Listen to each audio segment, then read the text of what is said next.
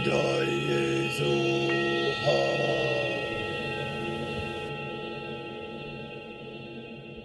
Keepers, Longevity Lifestyle Science. This is Zach, secretsoflongevity.com. I'm just preparing the first ingredients for the recipe I'm doing in this video. I'm making a Meatza. It is a fairly simple recipe, but it takes a number of steps. And the first thing I'm doing here is the bacon. It's almost done here. And basically it's a pizza with the crust being meat instead of some sort of grain-based dough, and sort of a more primal approach to a pizza. I'm going to be using grass-fed ground beef, and then of course regular pizza toppings. So ground beef for the crust. And you can find links to many of these things, the ingredients, specifically grass-fed meats, pasture-raised bacon, raw cheese. I mean, it's not going to be raw after it's been in the oven and melted, but it's not going to be as high of temperature treated as it would be if it had been pasteurized cheese. Also, you can get grass-fed cheese, and you can find them at the links below at US Wellness Meats. And I'll just show you the preparation and how I'm putting together my version of the Meatza.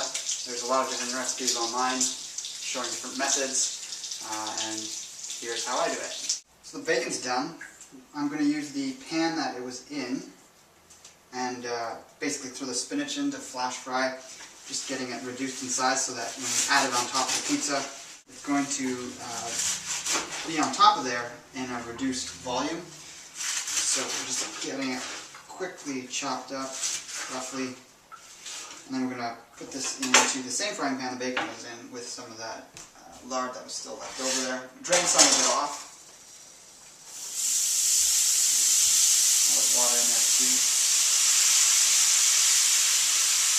So basically we're going to prepare a lot of stuff in advance, all separately, and then once the crust is done, so I'm actually going to do the crust in this pan, then we just simply have to add it on top, grate the cheese over it, and put it in the oven so the cheese melts. Because if I were to just stick it in the oven all uncooked, it's unlikely it's going to get all the way through and cook everything evenly, because the meat crust is obviously a little thicker and needs a longer cooking time than I feel you can get with the ingredients on top, so you're just going to end up burning the ingredients on top if you're trying to cook them all the way through. While that's reducing in volume, I'm just going to chop up some cherry tomatoes that I had in my freezer actually. So these are actually very soft, but I'm going to get them in halves, and they'll sort of reduce down on top of the pizza, of course. We don't need to fry these in advance. I just want to have them all chopped open like this. So, and last one. So just put those back into the bowl I have in them. Drain the liquid a bit.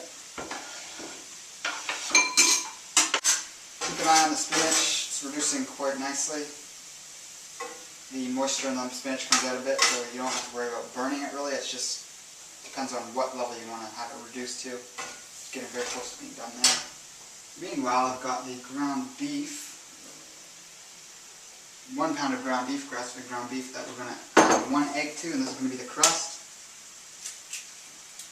1 pastured egg, a nice orange yolk. Excited to get into the eggs for this upcoming year, where they're going to be even richer in their color. Once the chicken can get back on pasture again, and there's the abundance of insects and grass and other things in their diet once more. Then we're going to add a bit of herb de Provence, which is a blend of rosemary and a bunch of other herbs. There's lavender in there, which is, I find kind of interesting. It's sort of a French herbal blend. What else would there be in there?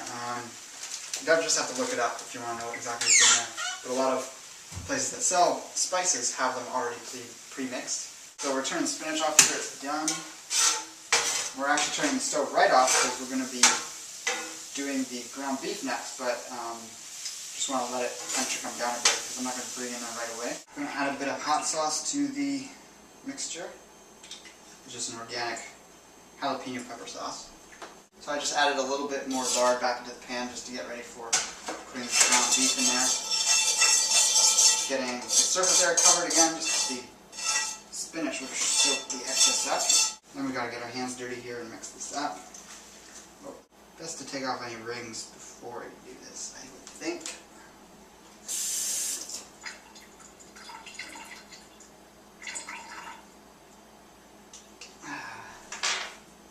Generally with Meatza you want to go more vegetables on the top because you have the meat as the crust anyways, but the only other meat we have on here is going to be the bacon, just for this amazing smoked flavor. And overall, I think this is going to be a really good combination. We do have mushrooms. We're going to add those on at the end, I think. And we've also got an onion here I'm going to cut up while this is beginning the crust is beginning to cook on the pan there. We're going to get our stove back on to medium heat. Now we get to take our 1 pound and just put it right into there. Basically just pat it down flat. I mean, your pan's going to be getting hot here, so you have to want to be careful not to touch the edges. But it's not too difficult. You don't want to have it coming out the lip too much because that's going to be one of the cooler areas and might not cook that well around the outside edge. There's one ingredient I forgot to add, or mention that I was going to add, is some anchovies from a can. This is a BPA-free can. It's always important to look for that if you're going to consume any canned foods. We've also got the onions chopped up, the mushrooms, the cheese, and all the other ingredients. We're going to just basically take the base. By the way, when I was frying, I had a lid on it so that it would do the top part and cook it all the way through, so it wasn't just the bottom layer that was getting cooked. Then I had to drain off a bit of excess juices that were coming off there. So we're going to start with the anchovies just because it has the tomato sauce in there. And we're going to use that as part of the pizza sauce, but we have some tomato sauce there as well. Just roughly chop these up.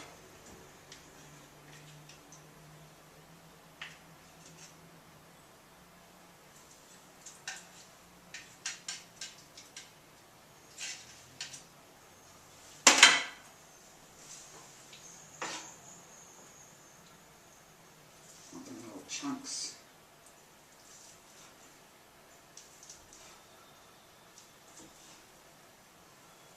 Then we'll add a bit of tomato sauce. May have been too much. I think it'll be fine. We also got the oven on broil to start heating up. This was just an organic tomato sauce that was ready-made. All organic ingredients. If you want to go all out, you can make your own sauce, of course. And then put the anchovies on. It's going to be a fairly thick pizza, of course, but that's okay. Everyone likes a deep dish pizza. Probably not going to use all the mushrooms, but we'll put a bunch of them down.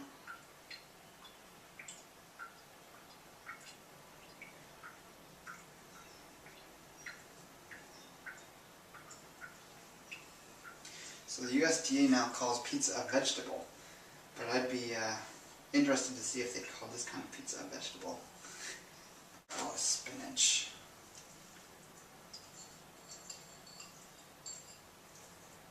Probably could have used a baking sheet and spread it out even more, and it would be not quite as tall as this is going to end up being.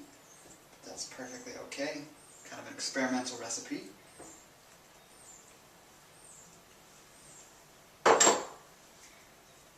And some onions.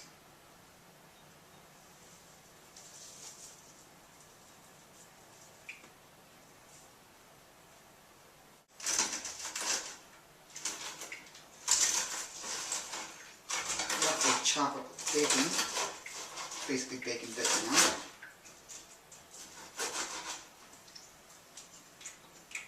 now. Pretty good stuff.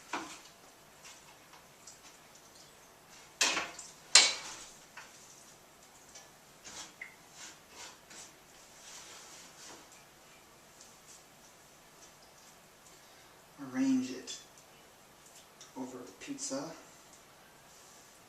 Or Meatza. And last but not least, we're going to put some of the cheese on.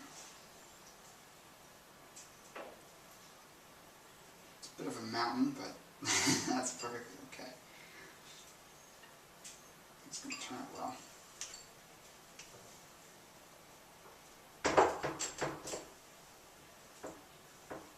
Actually, I'm going to grate a bit more cheese and add that to it. And now that we got the cherry tomatoes, we're just going to plonk those on top. Look pretty nice. Because they're sort of raw and quite moist, we're going to have them getting a bit dried out, which we want which will concentrate the flavor. Then into the oven it goes. I'll show you guys first what it looks like, and then we'll see the after. This is it done. I have no idea how long it will be in there for. I've just got it on the broil setting. And that's the handy thing with a cast iron frying pan, is you can throw it in the oven. I wouldn't do it from both top to bottom for a long period of time in a frying pan like that, but just to get things melted with that should be okay. That was literally only about 5 minutes, and we are done.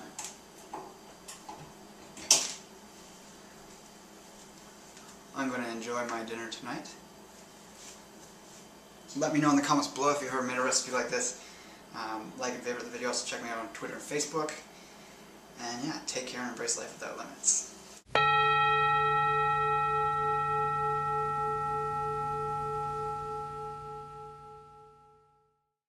Oh my god, I don't think my oven works.